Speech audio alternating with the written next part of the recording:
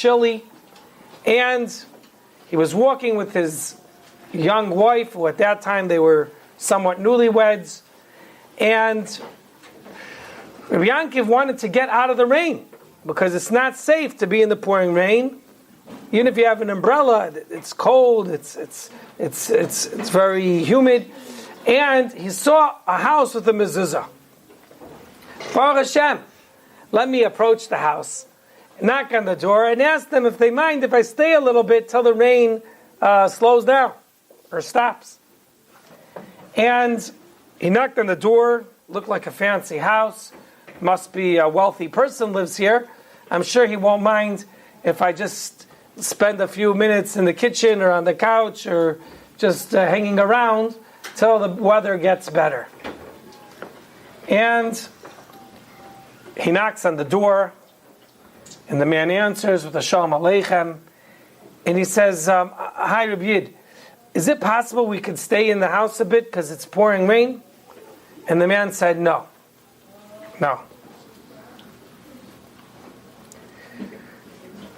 Okay. Yankov walked out in the pouring rain, a bit surprised. Usually, Jewish people are nice people.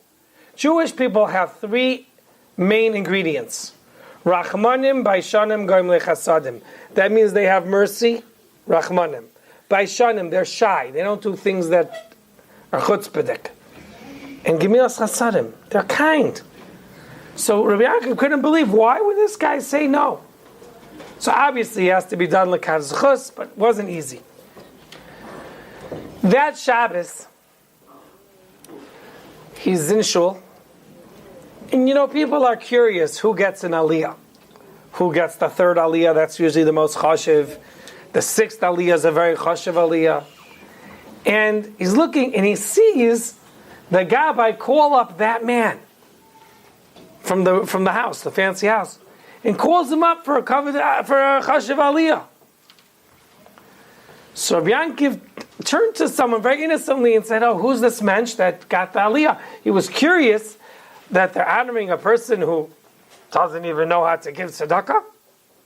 I mean, it wasn't tzedakah, but it was like chesed, like a person's outside in the rain and he wants to come in. It's like chesed. So Rabbi Yaakov didn't say anything. He just said, "Who is he?" And the man said, "Oh, him. He's from the big Baalei Chesed in the community." Yaakov doesn't say anything, but in his heart he's wondering, he's a Baal Chesed? I asked for a simple favor, can I come in your house because it's raining? And I got a no. And he's a Baal Chesed. So he didn't say anything because that's Lashon Hara, but in his heart he wondered, how could someone who acts like a Sadaim person, he even called him, in his mind, he called him a Staimniker. Staimniker means somebody who acts like he lives in the city of Sodom, where they don't let guests come in their house. And he asked someone, he's a big Baal Chesed, like that's what he's known for? And the man said, well, till this Wednesday he was. Yaakov said, what do you mean? He said, his house was always open to poor people. And all the time, poor people would go there for meals and for suppers and for Shabbos. But this past Wednesday, a poor man came into his house and asked if he could stay. And it seems in the middle of the night, he stole all of his valuables. His silver, his fancy silverware, his leichters, his kais, his becher, his menorah. The poor man cleaned them out. And he was so upset and so sad that here is how he repaid me for my favor, that he made a neder that I'm not letting any strangers come into my house anymore. So that was the night before the rainstorm. So then Rabbi Yaakov chapped that really he is a Baal Chesed, really is the nicest person in the neighborhood. Poof, the night before, some Russia stole from him. So he made a promise, a vow, that I'm not letting in guests. So the next day, when Rabbi Yaakov wanted to come in the house, he couldn't. He made a promise. I can't let strangers come in my house. So sometimes you have to be done l'kaz chus someone. Even if you think they're bad. Maybe they're much better than you think they are. You don't know the whole picture. In life, we sometimes only know a piece of the puzzle. There's much more to know. that would help us appreciate people much more.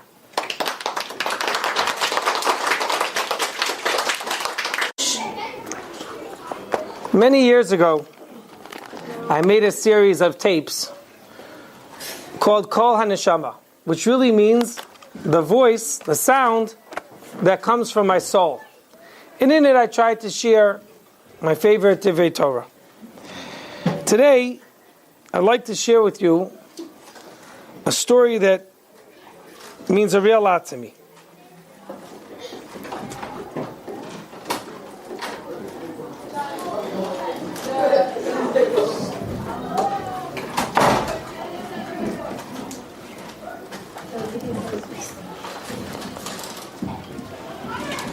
There was a man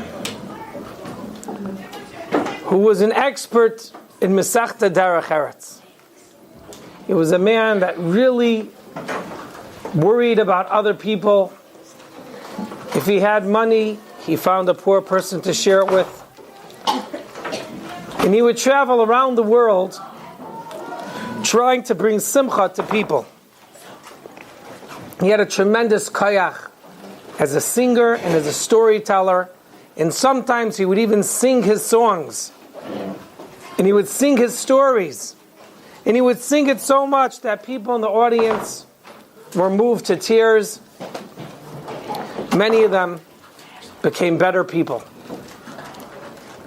I think when my father passed away, I was 19 years old, and when I used to listen to his stories and his songs, I felt it really gave me encouragement at a time when I was feeling painfully lonely and quite down. His name was Shlomo Carlebach, Reb Shlomo they called him.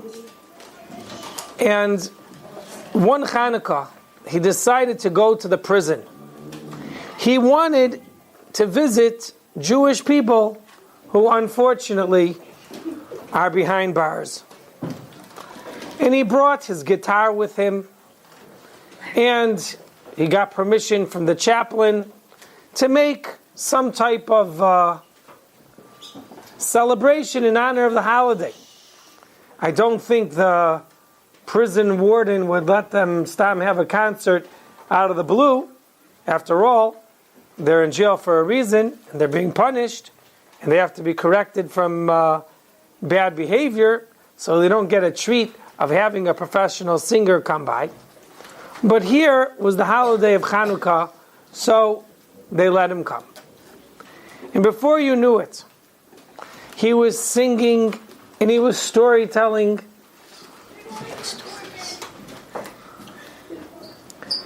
And he was getting so into it that the people there forgot it was prison.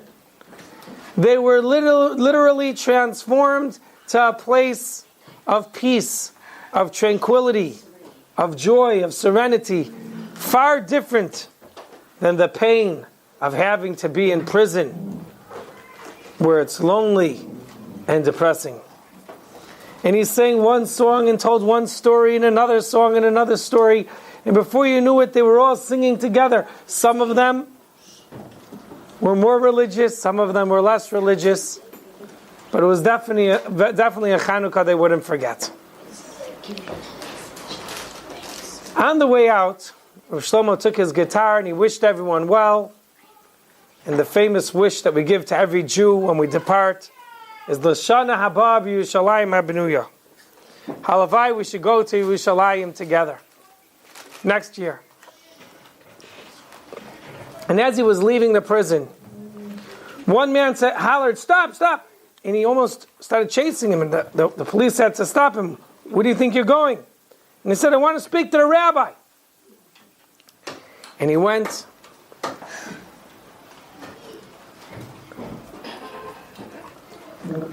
And the rabbi said, "Yes, holy brother." And he looked at him. He didn't look too frum, too Jewish. Maybe he had tattoos, maybe he had long hair, but he just didn't look like your regular Yehudi. And he said, "Rabbi, I want to talk to you." He said, "Yes, holy brother." He said, Rabbi, right when you came in here, you gave me a hug? And the police said, Rabbi, do you want him to talk to you? And he said, yeah. He says, right when you came in, you gave me a hug, right? So he said, yes. Well, can I have another one? Okay, sure. And he hugged him, and the man started to cry like a baby having a tantrum. And after he settled down, he said, what's the matter, my friend, my holy brother, why are you crying? Well, what did I say? What did I do? And he says, Rabbi, in my whole life, nobody ever hugged me. I was always picked on, and that's why I picked on others, and that's why he ended up in jail. He says he never remembers in his life someone showing him real love and warmth and friendship. And when I heard that story, I realized there are so many people today that would be better people if only someone gave them a little warmth, a little love. It could be in the form of sending them a challah, a kavod Shabbos, maybe sending them a card, maybe a box of chocolate. But whatever the story is, let's try to spread warmth. They say there's been a Cold War going on in the world between Russia and America. Who's going to invent nuclear weapons first? I believe there's still a Cold War. A war of coldness where people are not warm to each other. And I want to end this segment with the following story I heard from Official Schachter, the king of storytellers. That one time, the great Kedushas Levi, Reb Levi Yitzchak Berditchev, asked someone to please deliver for him a package in such and such town. He said, please, I want you to give this package to a certain person. And the person said, I'm from that town, but I don't know that person. So, Levi Yitzchak said, I don't understand. How could you not know a person in your town? Like, didn't you ever daven for him? Didn't you ever daven for his daughter? Didn't you ever care for him, talk to him, ask him, how are you? Now, it could be that Levi Yitzchak expected people to be closer to their neighbors in the olden days because they lived in the shtetl. It wasn't so big like New York, where the streets are long and far, and maybe it's not possible to know your neighbors over here. But I think the story shows that really is the job of a person. You're next to someone. Say hi, introduce yourself, ask the person his name, talk to him. Don't just sit there in a cold silence, ignoring each other. And this is very important. You see someone who's feeling down, ask him, how are you doing today? Sometimes just asking a person can make the person's day. I like to give this to a boy sitting straightest and quietest, and it might be everybody, we'll see. The next story I want to tell you comes from my friend's book. Rabbi Yechiel Spiro, an extraordinary writer and speaker, tells the story. And the first time I read it, I think tears came out of my eyes. And I've said over this story many times.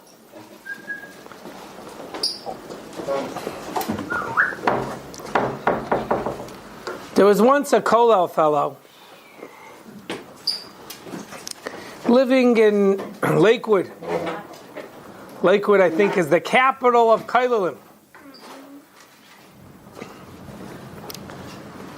Lakewood, Ir HaTorah. And one day, there was a younger man who was talking with his wife that he's planning